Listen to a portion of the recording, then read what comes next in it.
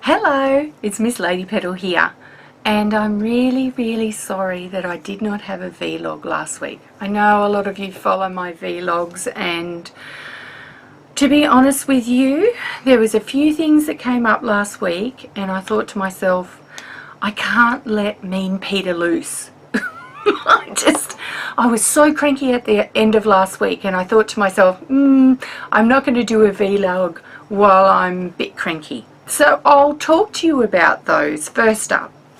So, and it has to do with the Letter Journal project. So I am the coordinator of the Letter Journal project in Crazy Island Family, and as the coordinator of that, you know, I'm ultimately responsible for the user experience because it is a group sanctioned activity. And yes, all our participants participate at their own risk, but I feel really bad when there's someone in groups that doesn't fulfill their end of the bargain. And that's what happened here. So for a Letter Journal group to successfully function well, there needs to be great communication. To that end, I've put mentors in place. Now, the mentor is the leader of the group, and if you are in a Letter Journal group, you don't send your journals out until your mentor has set up some kind of communication channel.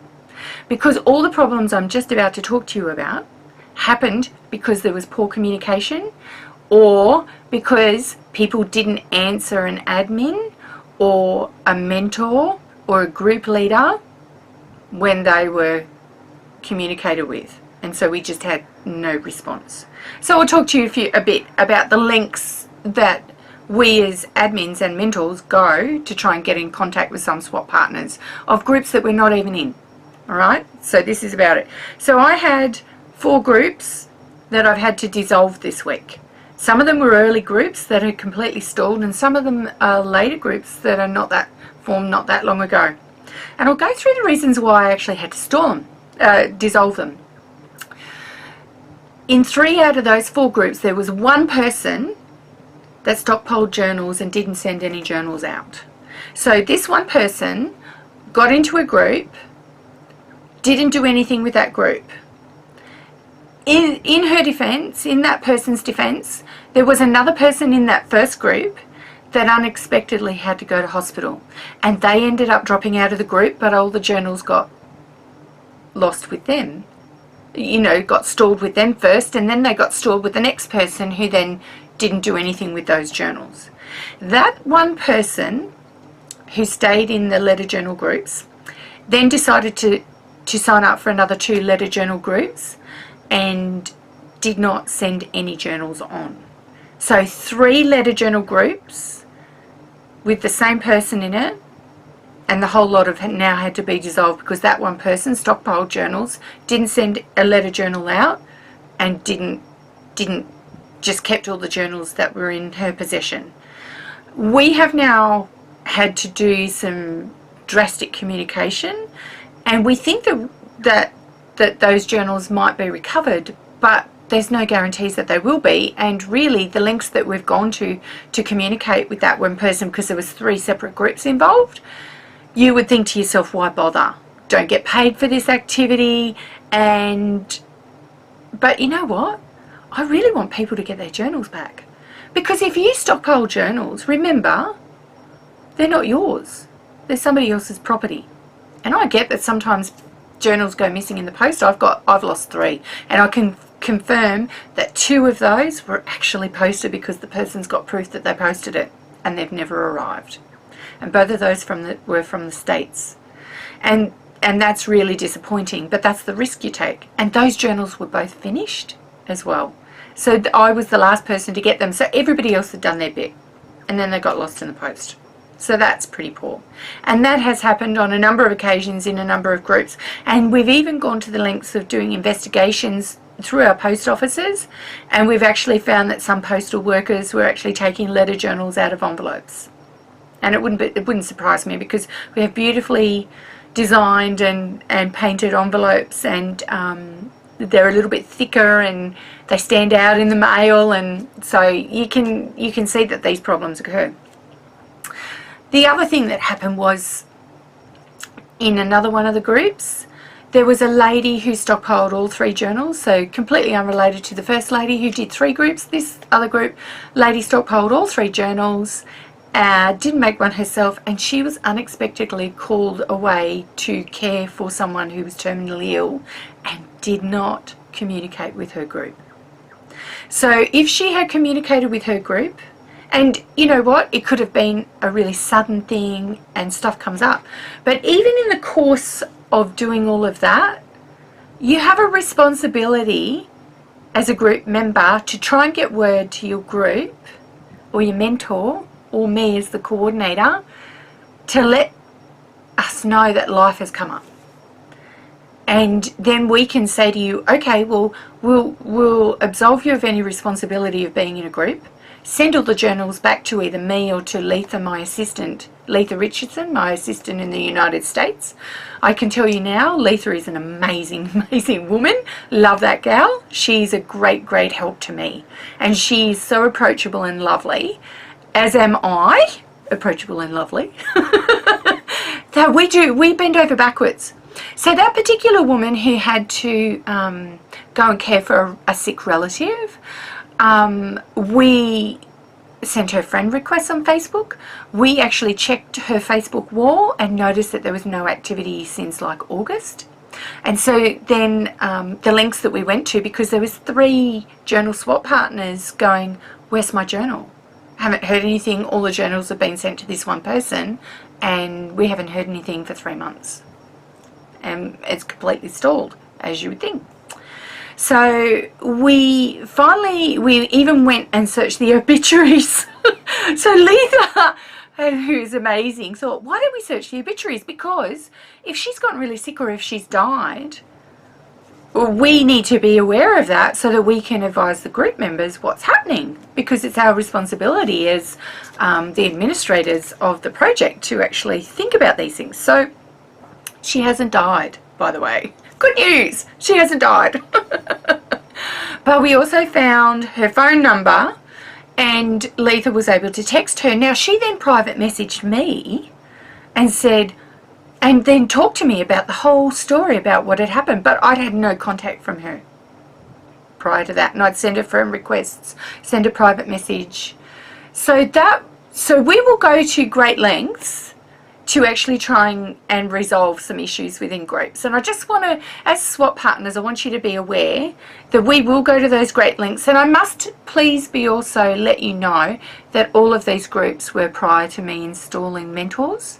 So now we have a system in place where you don't send your journal out until your mentor has established a good line of communication with all members of the group to make sure that they are in a place where they fully understand that this is a swap where you have to do 4 different activities on that, including your own, over a 4 to 5 month period before you get yours back.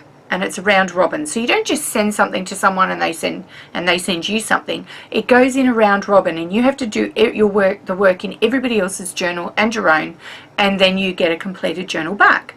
So that's the way that they work. And I think some people sign up to these activities where they don't quite understand the full implications and responsibilities in the swap.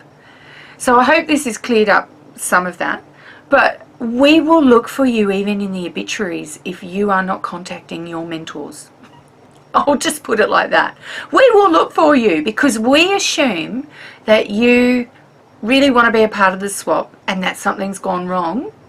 But I also want to place a big thing on all swap members, including myself when I participate in swaps, that you must communicate with your group members. If something goes wrong for you, or you get sick, or depression kicks in, or there's been an accident, or you have to care for someone, or anything happens, anything, then you have to contact someone in your group, preferably your mentor now, and say, look, life has come up for me and I can't fulfill the swap.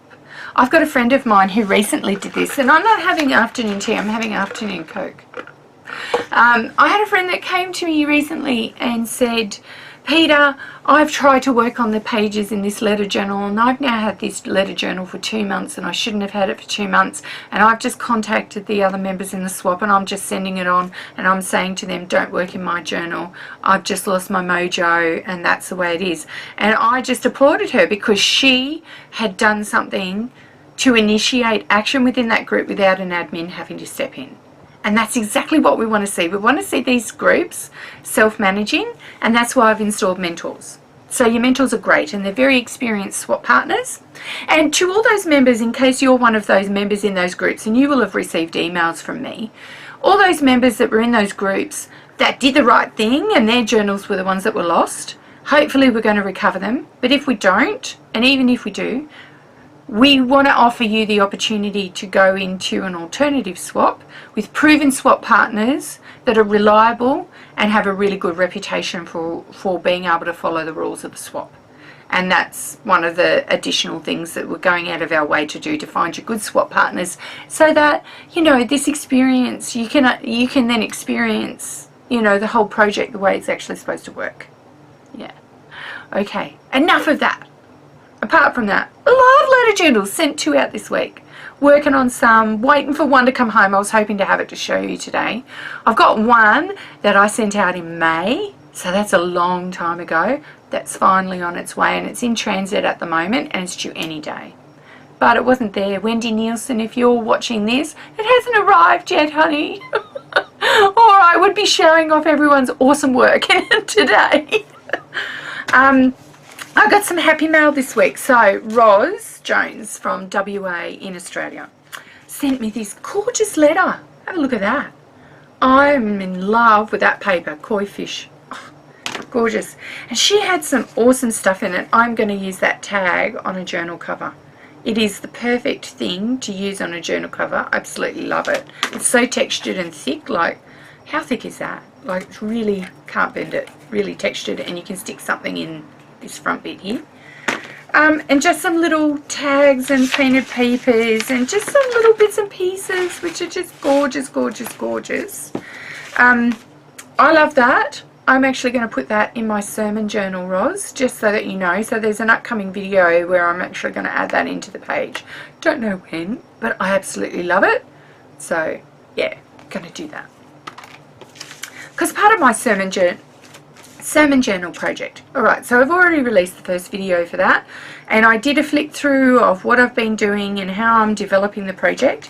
I'm getting some great responses from you. Those of you that want to try and combine your art and your faith, and or you go to seminars and you want to do seminar notes and you think to yourself, the reason why I did it was I just never looked at my notes, so I stopped taking notes. So I know that if you're a note taker, that you are supposed to absorb more of what's being said.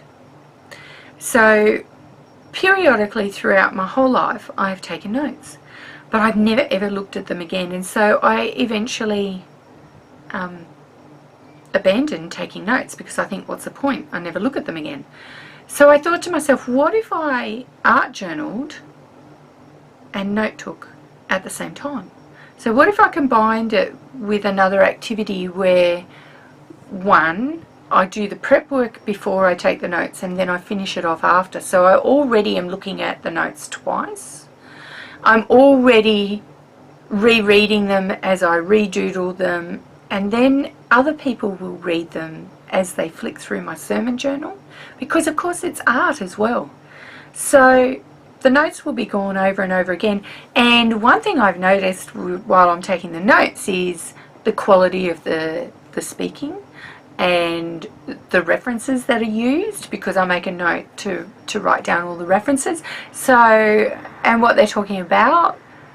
And so I think for me, and I do it in like sound bites, so it's, I don't write sentences, I write sound bites, and then I go over it and I get the basic feel for what was said, and I can go back over the references.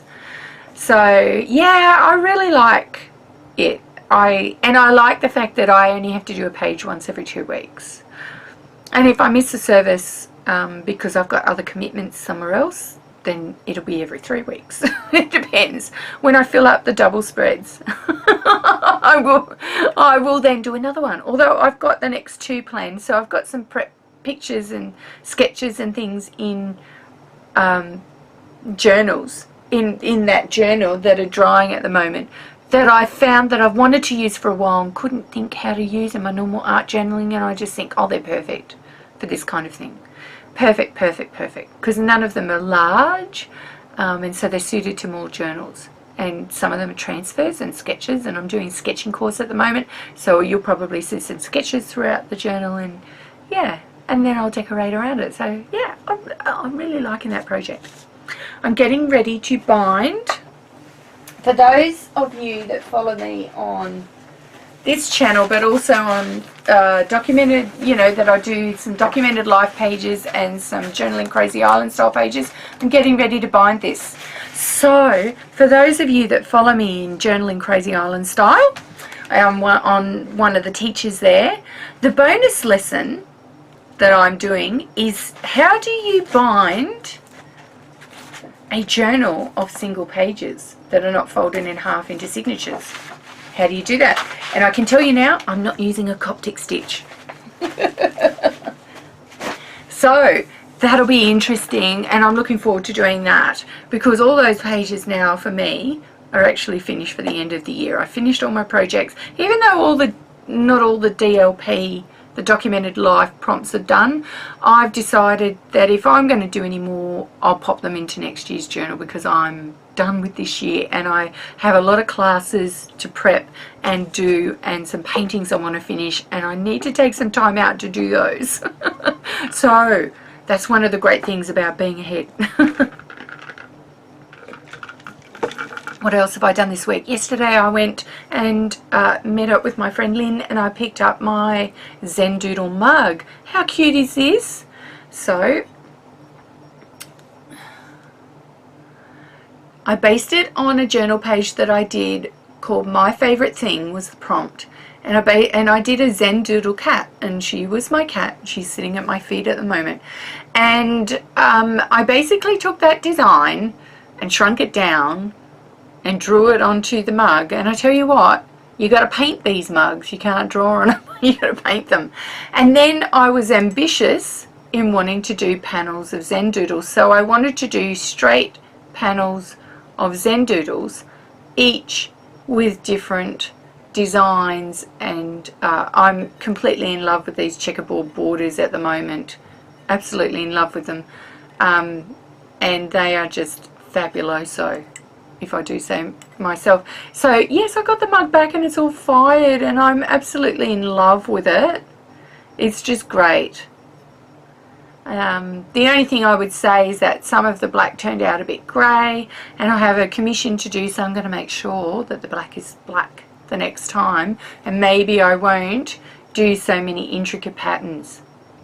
Because that took a long time, and if I had to do it twice or 3 times it would be full on.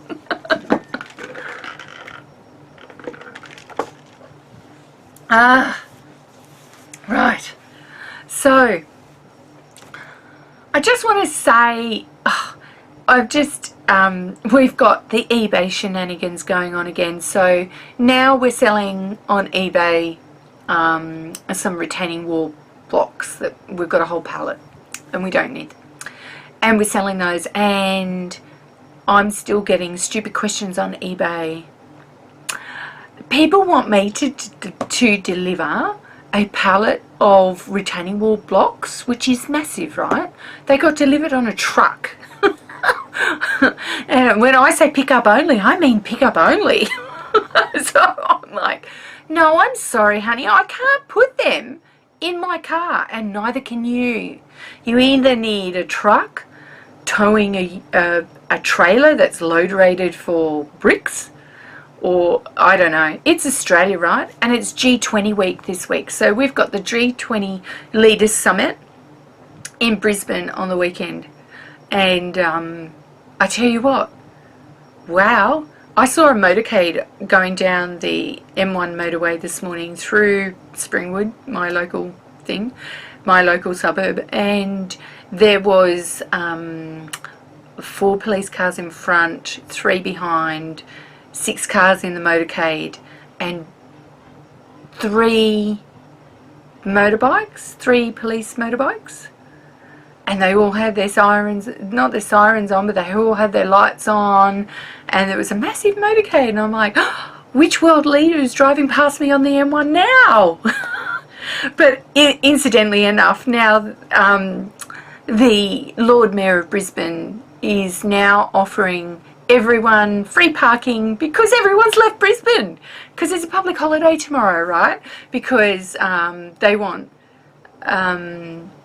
no public transport hitches, and there's like all these cordoned off areas in the main precinct where all the G20 meetings and everything are going to be.